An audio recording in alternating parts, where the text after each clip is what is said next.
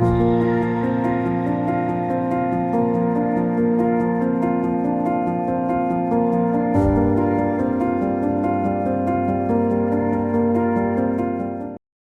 we have a wonderful webinar and exercise for this evening, which I'm ready to get loose and participate in. Mindfulness and the wisdom of the body, with a really great instructor this evening, Miss Luisa Atala Doocy, a certified mindfulness-based stress reduction, or MSBR teacher. And she's going to help us explore the science, and the benefits that backs up the mindfulness, and just relieving all that stress. So before we begin, I want to give a really big thank you to our 2025 education sponsors, Sanofi and Takeda. So without them, we wouldn't be able to have this. So because of them, we're able to have these really great webinars. So thank you to our 2025 education sponsors, Sanofi and Takeda.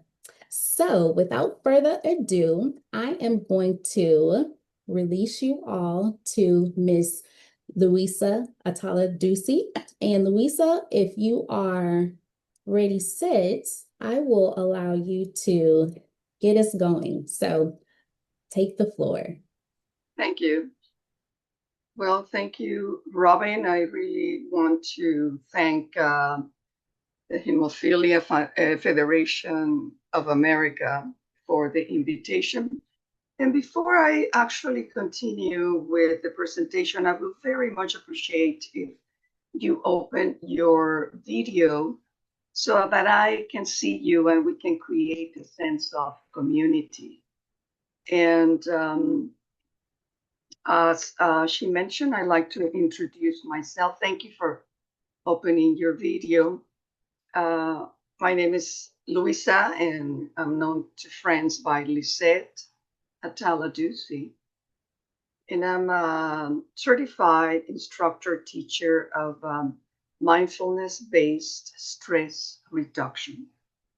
And we're going to talk a little bit more about that and what mindfulness means in a moment with a short PowerPoint that I have prepared for you today. So first, I want to ask you to kind of bring your attention to where you are at this moment. Just noticing exactly where you are, what room, in your office, home, wherever you are.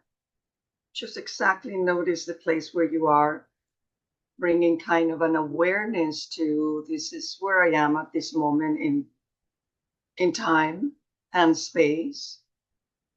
And just notice how that feels just when we pay attention to something in a different way. We're going to talk about that. So I'd like to start by telling you that in 1979, John Kabat-Zinn, an MIT molecular biologist, a PhD, of course, started at the University of Massachusetts Medical Center the program of MBSR, Mindfulness-Based Stress Reduction. And the reason he started this program was because he realized that the medical system in our country and many countries, I think it's all over the world, have their limits. They cannot cure certain diseases and illnesses. So he actually wondered what's the percentage of people that are actually cured, that you doctors see once and never see them again. And the percentage came about 20% of people that go and visit a doctor, go visit them, get cured, and never come back again. So he wondered what happens with the other 80% or 70%. Maybe the numbers are not exactly accurate, but they're very close. And that's when he decided to start a program like this one, Mindfulness-Based Stress Reduction. And in this program, he actually had all kinds of people coming to the University of Massachusetts Medical Center. So that's how mindfulness-based stress reduction therapy started. And this therapy is a meditation therapy, though originally designed for stress management. It is being used for treating a variety of illnesses such as depression, anxiety, chronic pain, cancer, diabetes, hypertension, skin and immune disorders.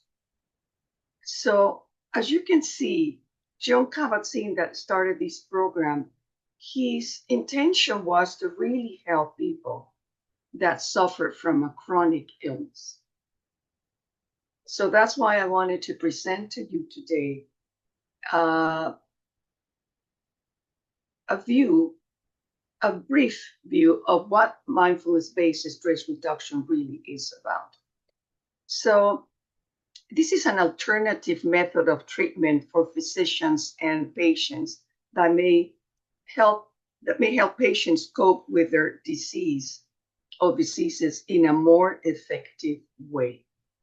So what happens is that we have a problem in our lives, like a disease, which is really very stressful for anybody, because being ill, it's already a challenge for all of us. So we say pain is inevitable, suffering is optional. And what do I mean by that? Disease brings pain, whether it is emotional or physical pain, and brings distress. But that is the real pain. Suffering is optional. And the suffering comes from what we do with that illness, how we deal with the illnesses, how do we treat ourselves, how do we see ourselves, the way we respond to the illness. So there are many studies about mindfulness, and the results of many research studies indicate that MBSR improves the condition of patients suffering from chronic illnesses and helps them cope with a wide variety of clinical problems. So with this in mind, and we're talking about science, I don't think that MBSR would be right now alive and so well if science was not backing it up, if this wasn't backed up by science. So the reason why we have so many people in the world, clinics, hospitals, in so many other places, we have actually this MBSR it's taking place. It's because it works, and because they have demonstrated in many research studies that is effective for dealing and coping in a different way with chronic disease. So at this moment, I'm just going to share my screen with you so we can look at a PowerPoint that I created. So what is mindfulness? That is a great question that many people get sometimes wrong. Mindfulness is not just sitting and meditating and being peaceful and forgetting about the world and just peace and love. It may happen when we're meditating, but usually mindfulness means paying attention moment to moment without judgment. It's the training of the mind to come into the present moment. Why? Because the past is not here anymore and the future has not arrived. So all we have is the present moment. And if we want to change something, if we want to improve something, we can only do it right now. There's no way to do it any other time. So that's why the present moment can offer us a lot of possibilities. Paying attention moment to moment without judgment. So what does that mean? It means that if you're eating, you're really eating, that you're present while you are chewing and what you're tasting, and not your mind being somewhere. If you're driving, you're really driving. You're really connected with what you're doing in the moment. If you're watching a video like right now, you're really here with me and following what we're talking about before the mind goes and comes back constantly. Just noticing that it's mindfulness, being aware of it. So that's the first step to understand what mindfulness is all about. So the mystery of the human body. What happens when we have a challenge? And a challenge is definitely to have a chronic disease. As I mentioned at the beginning, it brings stress because it brings vulnerability and it brings the sense of not controlling our illness. So that kind of challenge really awakens the most primitive part of our brain. And that's why we talk about our evolution in this slide. Our most primitive brain is an area that actually is the survival brain. And what does the survival brain want? It wants you to survive, and it wants you to be well, and it doesn't want you to feel sick, and it doesn't like anything that is a threat to the body. So when you're ill, when you have an illness or a challenge, what happens is that the body goes into this fight, flight, or freeze mode to protect the body, because the mind doesn't understand that it's a cold or COVID or any other illness. The mind knows that it has to protect the body, this primitive brain, this survival brain. So what does it do? Well, basically, it starts creating a lot of stress in the body to try to protect it. In a way, it's actually running from a lion or from a tiger, because that's the evolutionary part that took care of ourselves when we were in the very, very primitive stages of our evolution. But in reality, we're not threatened by a tiger, and we're not going to die in that moment. We happen to have an illness, but usually, a lot of the times, we're not really in a dire moment in which we're really our life is being threatened. Not but even though that is the case, we are sending the message to this part of the body that the threat is real and we can die. And that's when we become really, really stressed in our lives with a chronic disease. And that's why it's so important with mindfulness-based stress reduction to learn how to deal with that challenge, that fear, and that vulnerability. How our biology influences the mind, and our mind influences our biology. So that's exactly what happens, the mind perceives this illness as a threat, and it sends that cascade of fear to the body, and the body responds by sending these messages to the brain that we need to run, we need to fight, or we need to freeze. And that's how both the mind and the body influence each other. And each mental state has a physiology associated with it. And that you can actually just bring awareness to that by noticing if you remember a dream. Let's say you had a dream in which somebody was chasing you. And in that dream, if you remember the dream, you will start getting the physiology of fear, even though you're just remembering a story. So that's why our mind is very important to help our body, our physiology. There is a study that actually was conducted a few years ago, and there's a TED Talk that you can actually access.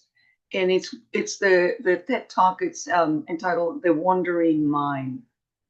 A mind that wanders is a mind that suffers. And basically, all of us, it's the nature of the mind to wander. And all of us during our day will have moments in which we've completely gone from where we are and what we're doing. So the default mode network is the one that takes place when our mind goes. So that means we are in automatic pilot. What does that mean? That we're doing things unconsciously. We're not really aware, not really unconscious, but we're not really aware that we're doing, this washing of the dishes. My mind is somewhere else because all I want is to get it over with. But really, our body is there doing it. So that's a default mode. And when default mode happens, when we go into this automatic pilot, what happens is that we suffer.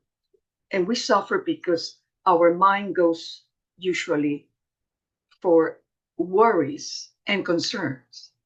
That's the nature of the mind, to constantly be trying to solve or create or understand or find solutions for our problems and concerns, because the mind only has information from the past, and it usually by default goes to concerns or worries or problems.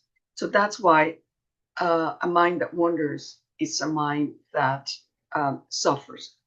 So the study, what they did is that they gathered a group of people from all kinds of backgrounds, all kinds of religions and different groups, and they called them at random and they asked them 3 questions. What are you doing right now? And how are you feeling right now? What are you doing right now? And is your mind somewhere else rather than what you're doing right now? Is your mind not with what you're doing right now? So those were the 3 questions. And that's how they found out that the wandering mind is it's a suffering mind. And I just brought this quote by Mark Twain that says, "I have suffered many tragedies in my life, most of which never happened."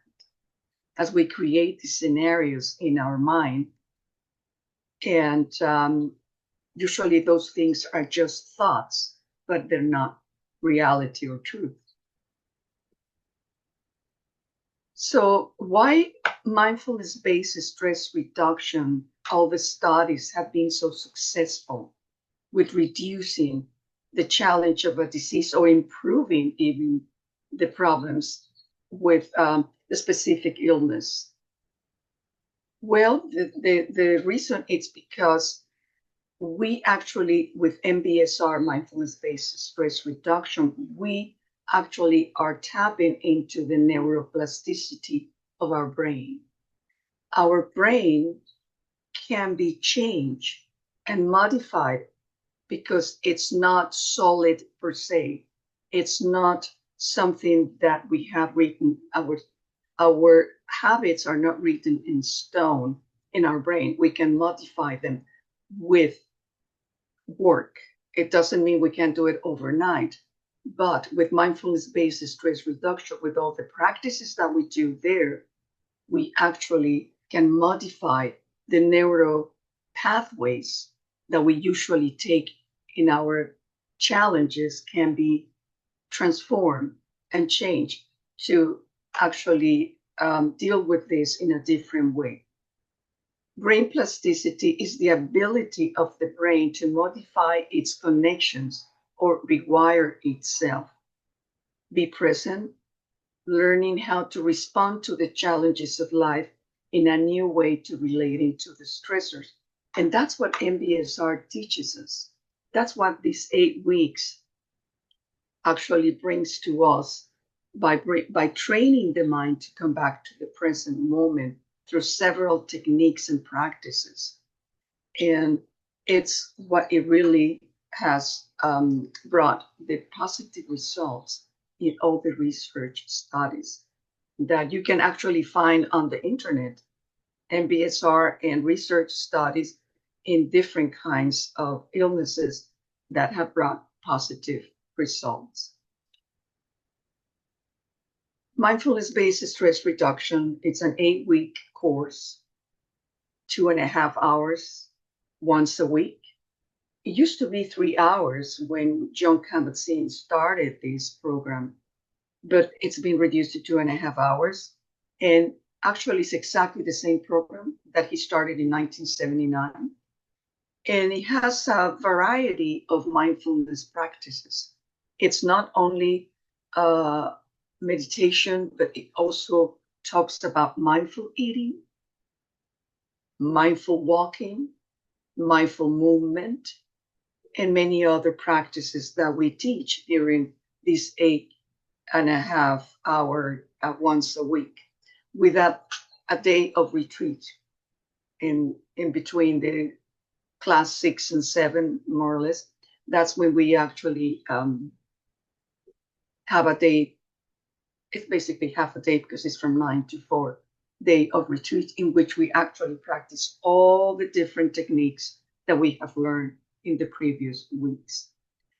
So what do we do when we teach this course? We teach people to learn to relate differently to the stressors in your life.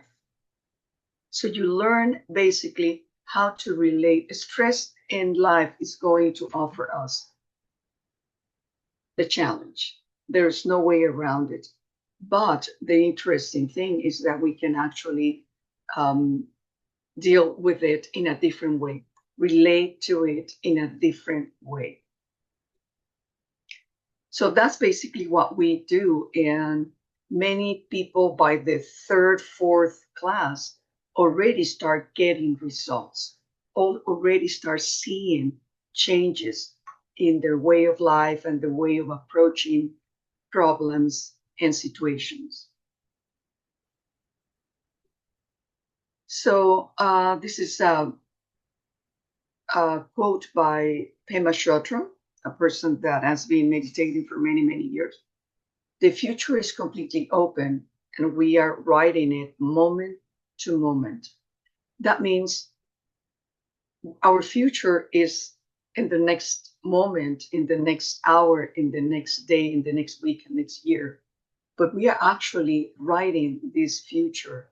We're actually, every moment, it doesn't happen next week or it doesn't happen yesterday.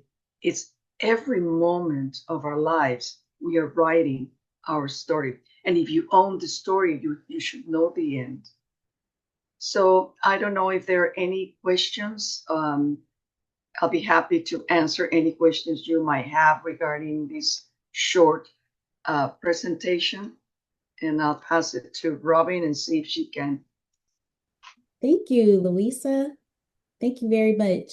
Well, I wanted to give some time to check and see if we had any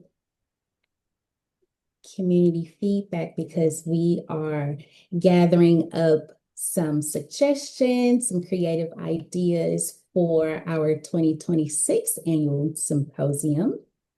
And we'll continue to take those suggestions and feedback. So you folks out there, they can give those suggestions on our social media accounts.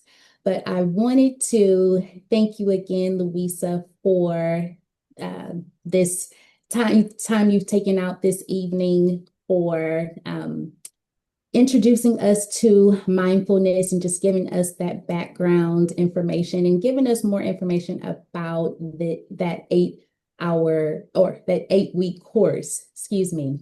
But before we wrap up and finish our evening, I wanted to thank you for time and also for our community members and audience members who have tuned in and tuned in with us and participated in tonight's webinar and the past few weeks and months. So before we head out, I wanted to again thank our 2025 education sponsors, Sanofi and Takeda. And again, thank you to Luisa. We truly appreciate it. Also, we will send out the links to tune in, and if you missed it this evening, you're able to go back to it and get that history and get some mindfulness into your system.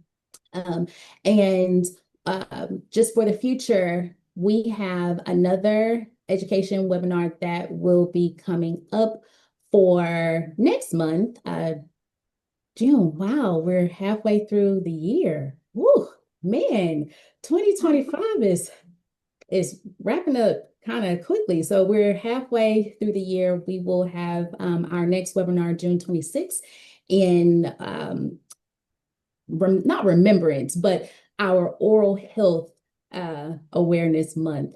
So we're excited about that. So we are mind, body, soul. We are, trying to stay very aware and healthy, even with our oral health. So, before we go, yes, if there are no questions right now, I like to kind of guide a short mindfulness meditation, if possible, absolutely. if there's time. Yeah, Robin, wonderful. So I'm going to invite everyone to just try to turn your attention inward. And how do we do that? We lower our gaze or close our eyes. If that's not comfortable, just lowering our gaze. And why do we do that? It's because lowering our gaze will stop all the stimulus that come from the outer world. And why do we want to go to our inner world? Because the inner world is the world that actually makes our outer world. It's the projector. So my invitation at this moment is to lower your gaze. If you don't feel comfortable closing your eyes, just lower your gaze. And I invite you to move your attention, not your imagination. Move your attention to notice your feet. Just feel your feet. Feel the feet touching the ground. And that's grounding ourselves, bringing our attention down to our feet. And moving our attention to our hips, noticing the weight of our body on our chair, and noticing how we trust this seat to hold us. So notice that. Notice the pressure of sitting, body sitting here. Now move your attention to your shoulders. Notice how you can move your attention. No need to do anything, just moving your attention with softness to your left shoulder, your right shoulder. We're not imagining, we're feeling the shoulders. We're noticing the sensations in our shoulders. And the invitation is to relax the shoulders back and down, shoulders back and down. And then move your attention to your face. Notice if your lips are tight and relax your lips. Sometimes we carry a lot of tension in our bodies. We carry a lot. This is the time to let go for a moment, if only for a moment. And now bring your attention to your eyes and soften the eyes and the point between the eyebrows. Letting our hands, now moving our attention to our hands.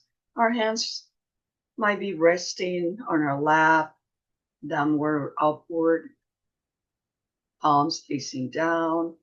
Notice the sensations of the contact of your hands on your lap, that warm, soft contact. Now let's open our focus and notice the body as a whole. The whole body here, my body, all of it right here, right now. Now notice how the body's doing at this moment. Is it tense? Just notice it without judgment. Just noticing, like the way you notice cloud, because it's going to change. Changes in the body happen all the time. And lastly, let's move our attention to our breath. I'm going to invite you to take a deep breath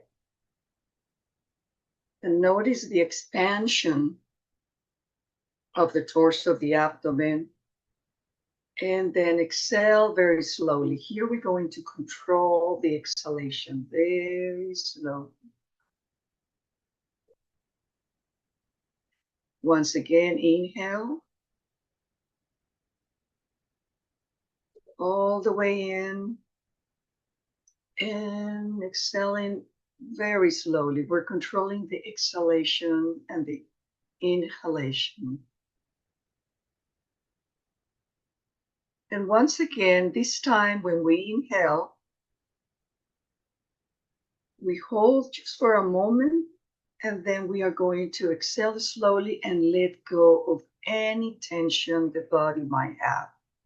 Just consciously, with a mindful awareness, let go of the tension. Allow the tension to be released.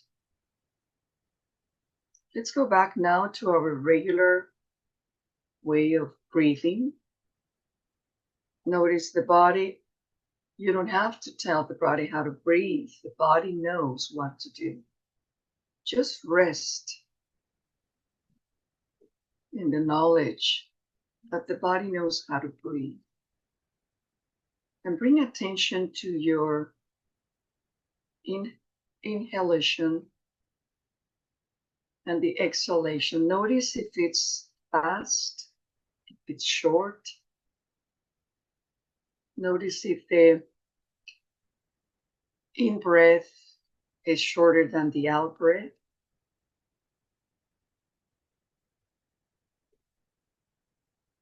And if you notice a lot of thoughts, which happens, mind is always active, telling stories or comments, or the mind is looking for something, just notice that, touch and let go, and come back to the breath. Bring back your attention to the way you're breathing at this moment. One breath at a time.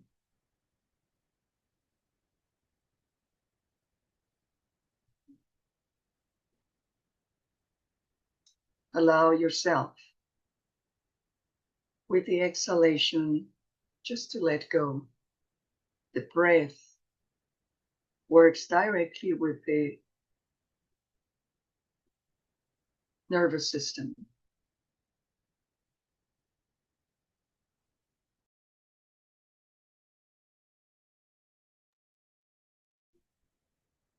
We're coming to the end of this practice. Right at the end of this practice, I invite you to express gratitude towards yourselves for taking this time for yourselves.